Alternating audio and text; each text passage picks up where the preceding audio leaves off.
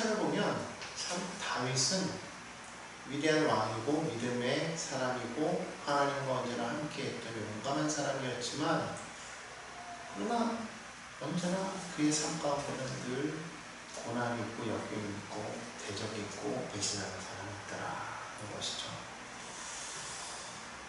오늘 그럼에도 불구하고 우리가 이런 시를 쓰면서도 다윗이 그 시를 통해서 나는 참 슬퍼요, 나는 좀 괴로워요 라고만 말한 것이 아니라 하나님을 찬양하는 모습을 언제나 끄집내고 있다는 것이죠. 무슨 말이냐면 어려운 가운데도 그는 늘 하나님을 의지했고 하나님의 도움을 얻었다라고 그렇게 볼 수가 있습니다. 그래서 저는 이 시편을 보면서 고난당하는 자라는 이야기보다는 하나님을 정말 기뻐하시는 사람이구나 라는 것을 알 수 있었다는 것. 특별히 오늘 본문 말씀에서도 보면 11절에 그렇게 말하잖아요. 주께서 나를 기뻐하시는 줄을 내가 알았나이다. 여러분들은 하나님이 여러분을 기뻐하신다라고 생각하십니까? 하나님이 여러분을 사랑한다라고 이렇게 사랑하십니까? 입술로는 고백하지만 삶의 어려움이 다가올 때 정말 그것을 아는가 하는 게 참 중요한 것 같아요. 언제나 우리가 예배 때는 그렇게 얘기를 하죠. 우리가 입술로 따라서 고백할 때는 하나님이 나를 사랑하고 있다, 하나님이 나를 기뻐하신다 그렇게 얘기하지만 어려움이 당하고 삶의 모든 환경 속에서 문제가 생기면 하나님 정말 나를 사랑하시는가? 하나님 정말 나를 기뻐하시는가? 그런 이야기를 해요. 뭔가 다르잖아요. 앞에서는 그렇게 말하고 여기서는 이렇게 말하면 그거는 정말 하나님이 나를 사랑한다, 하나님이 나를 기뻐한다라고 그렇게 내가 믿는다라는 것이 믿는 게 아닌 게 되는 거죠. 그러니까 결국 우리가 정말 삶의 고난을 통하여서 그 가운데서 하나님이 정말 나를 사랑하시는지 하나님은 나를 위해서 일하는지를 우리의 삶을 통해서 우리는 늘 경험해야 될 줄로 믿습니다. 다윗은 그랬다는 거예요. 성경에 보면 다윗은 늘 그의 삶에서요 언제나 그를 힘들게 하는 사람들만 있었던 것을 볼 수가 있어요. 주변에 있는 많은 사람들이 앞에서는 늘 아첨하고 앞에서는 늘 좋은 말을 합니다. 힘이 있을 때는. 근데 뒤에서는 어떻게 해요? 늘 다운하는 거예요. 이 성경에서 보면요 다윗이 얼마나 힘들었을까 알 수 있는 것은 5절, 6절 보면 이렇게 말해요. 나의 원수가 내게 대하여 악담하기를 그가 어느 때에나 죽고 그의 이름이 언제나 없어질까. 그러니까 대적들은 우리가 빨리 소멸되기를 원합니다. 죽기를 바라고 사라지기를 바라고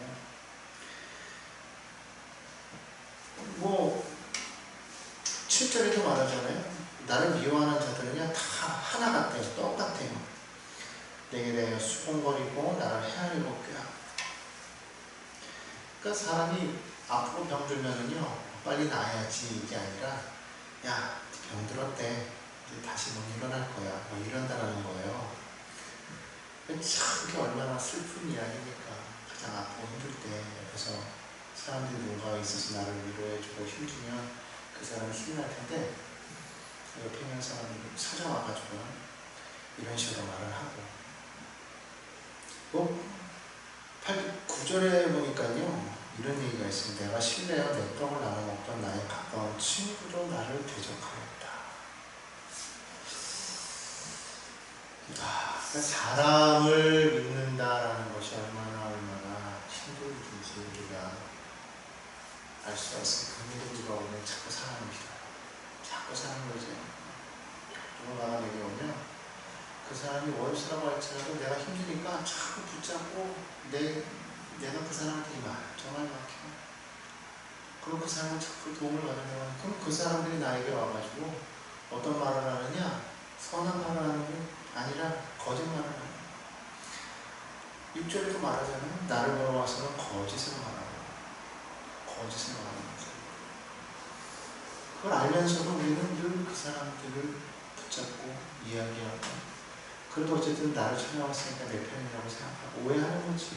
그리고 그렇게 믿고 싶은 거지만 아니라는 거죠. 다 일단 알고 있어요. 그런데 그때 우리가 사람만 계속 의지하면은 결국 우리는 소망이 없어요. 낙심할 수밖에 없어요. 결국 주변의 모든 사람들이 나를 다 배신하고 떠나버리면 내가 결국은 이길 수 없는 힘이 어디 있겠습니까? 다윗이 정말 하나님 앞에 칭찬받았다는 이유가 뭘까 하면 그런 상황 속에서도 그는 하나님 앞에 간구하였더라 하나님을 붙잡는 그런 신앙을 가지고 있었다는 거예요. 또 오늘 보면 우리가 읽었던 10절 11절 말씀입니다. 야훼여 내게 은혜를 베푸시고 나를 일으키소서. 내가 그들에게 보호하게 하소서. 내 원수가 나를 이기지 못합니다. 이렇게 고백하고 있어요.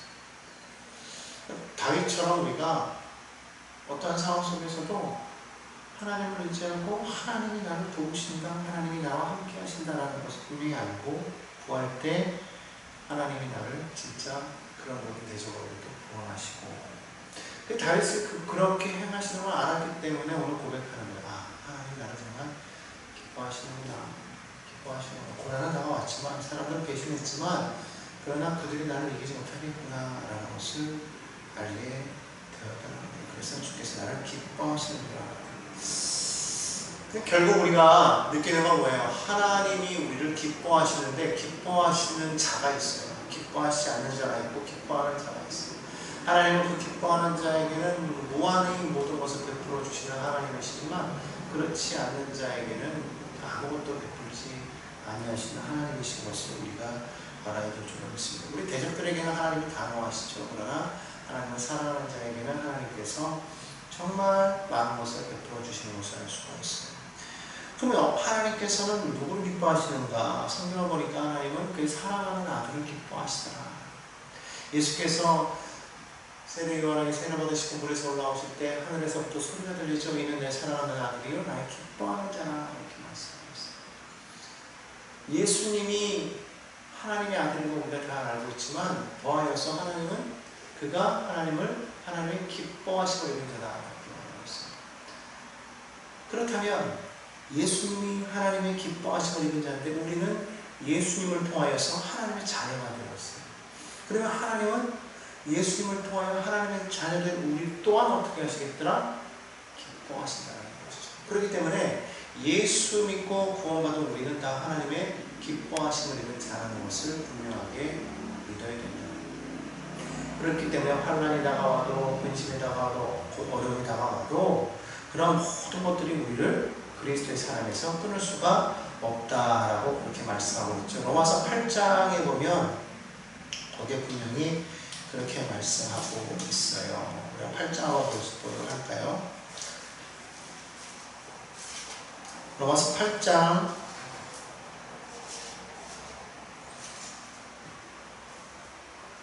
35절을 보겠습니다. 누가 우리를 그리스도의 사랑에서 끊으리요? 환난이나 공고나 박해나 기근이나 적신이나 위험이나 칼이랴 기록된 바 우리가 종일 주를 위하여 죽임을 당하게 되며 도살당할 양같이 책임을 받았나이다 한 바 같으니라. 그러나 이 모든 일에 우리를 사랑하신 이로 말미암아 우리가 넉넉히 이기리라.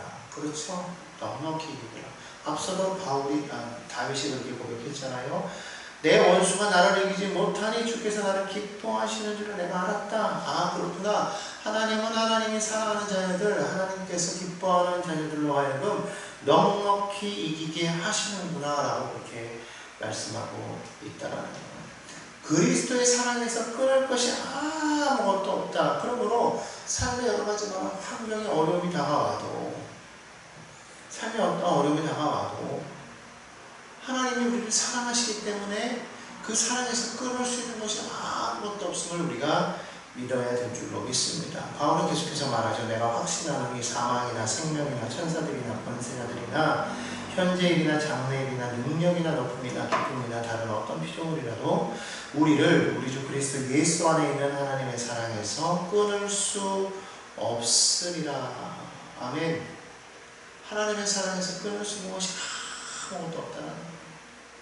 세상에 어떠한 무기를 가지고 그 사랑을 우리와 예수 그리스도의 연결하고 사랑을 끊으려고 해도 끊을 수 있는 것이 없다라고 그렇게 성경은 말씀하고 있는 것입니다. 그렇기 때문에 오늘 우리는 우리 스스로가 지금 그와 같은 일을 경험하지 못했다고 할지라도 이 다윗의 고백을 통하여서 우리 스스로가 그것을 깨달아야 될 줄로 믿습니다. 나는요 아직까지 그걸 경험하지 못했기 때문에 하나님이 나를 기뻐하시는지 하나님이 나를 사랑하시는지 내가 믿을 수가 없어요 라고 그렇게 고백하는 사람이 있다면 오늘 이 시간 이 말씀을 통하여서 그 마음에 변화가 있기를 바랍니다. 하나님이 나를 기뻐하시고 사랑하신다. 나를 위해서 예수님을 이 땅에 보내주셨어요. 하나님의 사랑하는 아들, 하나님의 기뻐하신 자를 이 땅에 보내셔서 나를 위하여 십자가를 지시게 하셨다. 왜? 우리 또한 사랑하는 아들, 기뻐하는 자가 되도록 하기 위해서.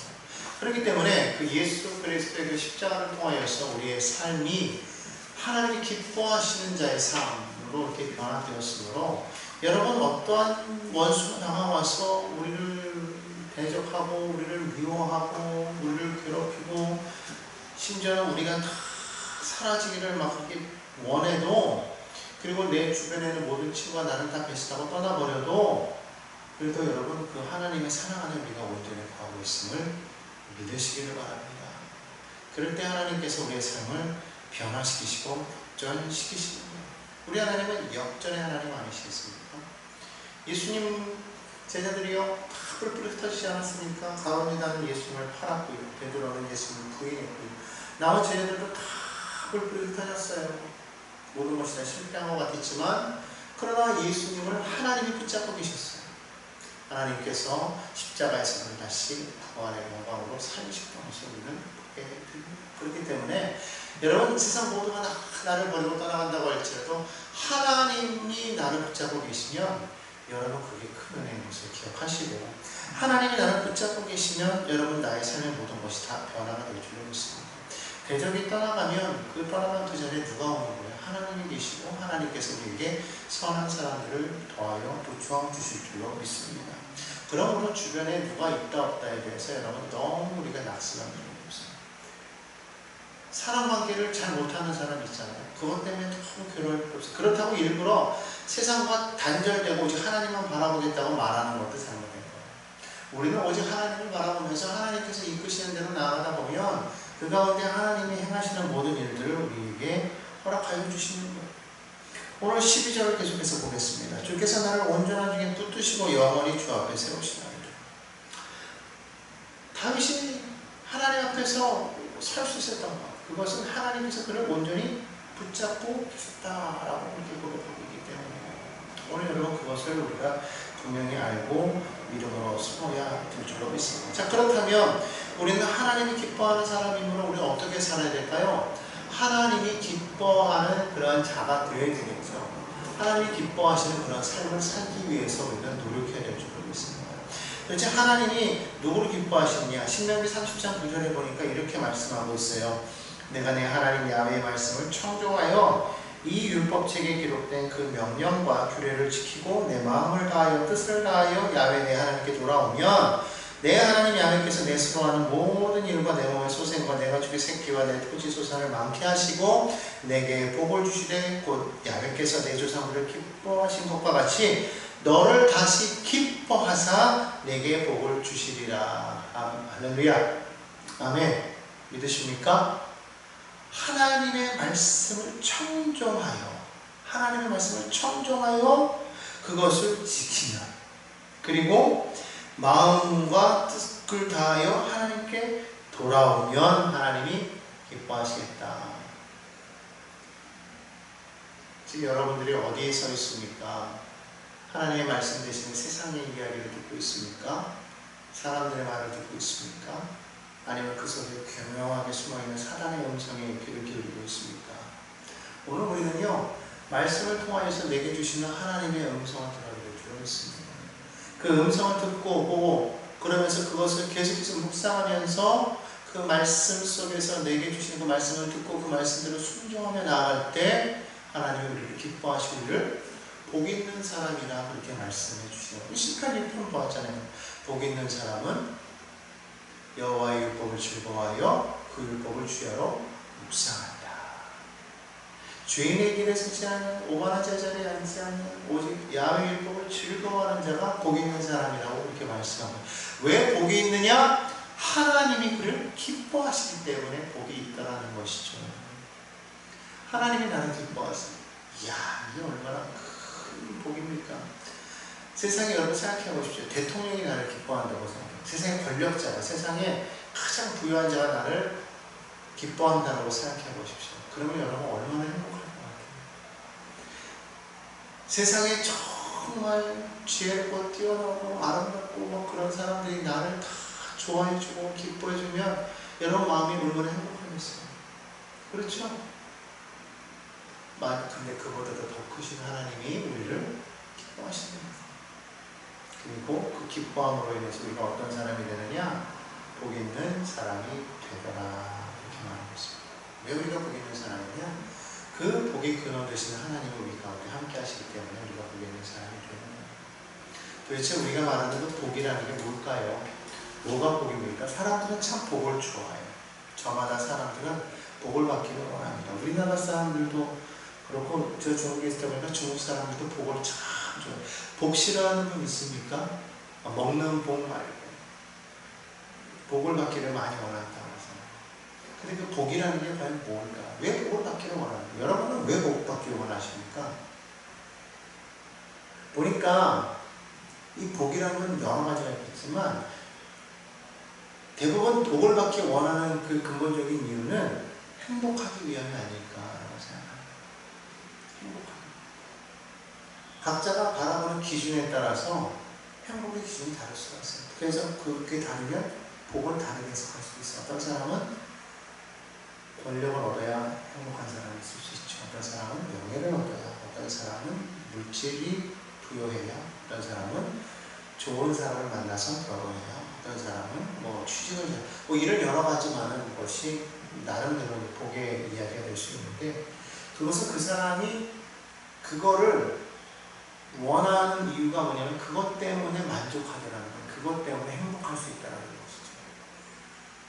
그러니까 그거를 추구하지 않는 사람은 남들이 그걸 추구해도 별로 그게 이해가 안 되는 거예요. 별로 그렇지 않았다고 해가지고 나는 불행하다 이야기하지 않아요.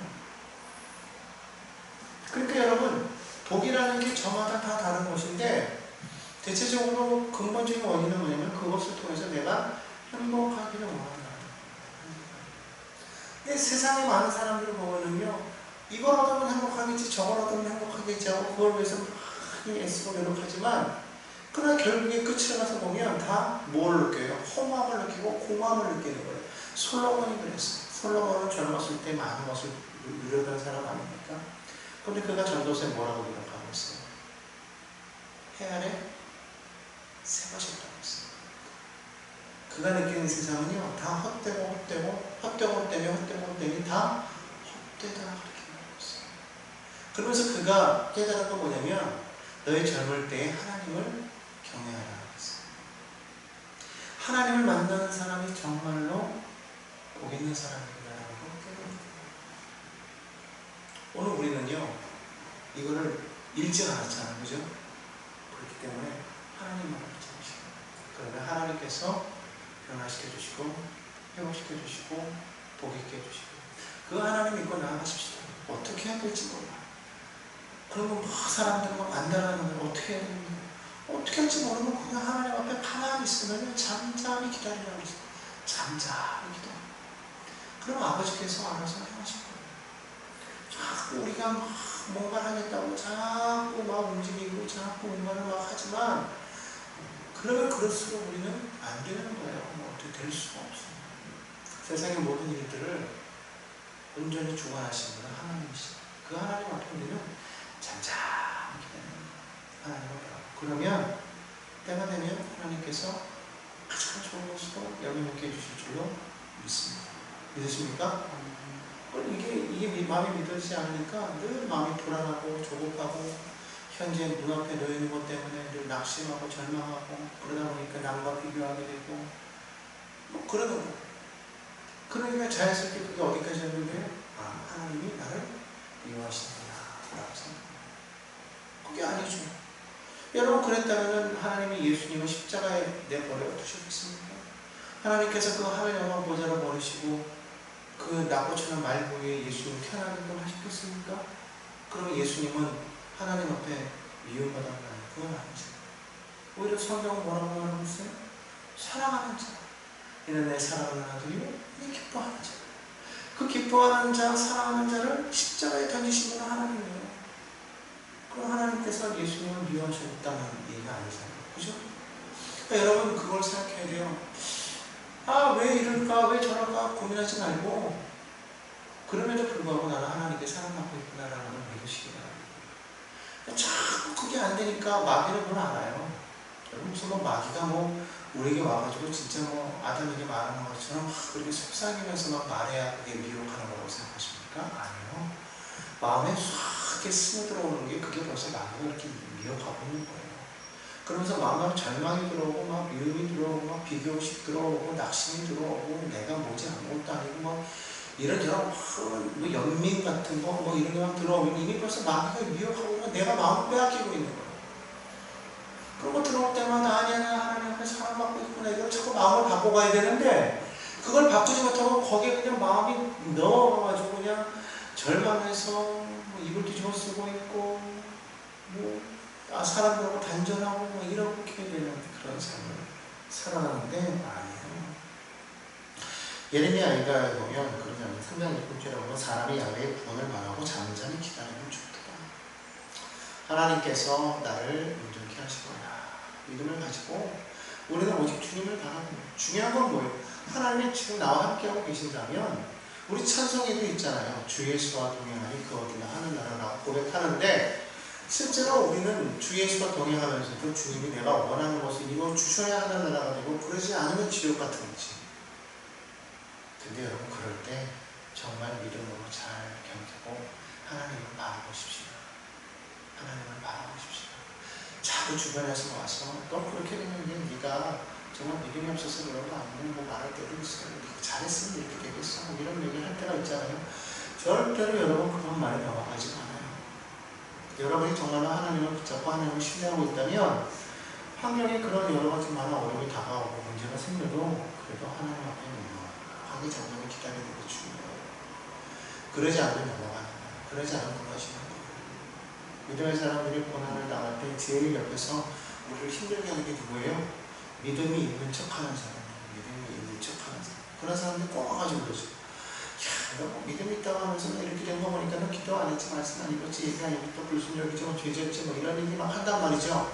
실제로 믿음 있는 사람은 그러하지 않아요. 와가지고 뭐라고 합니까? 눈물을 흘려서 같이 기도하면서 그래도 걱정하지 말고 하나님이 함께 하시면 믿자.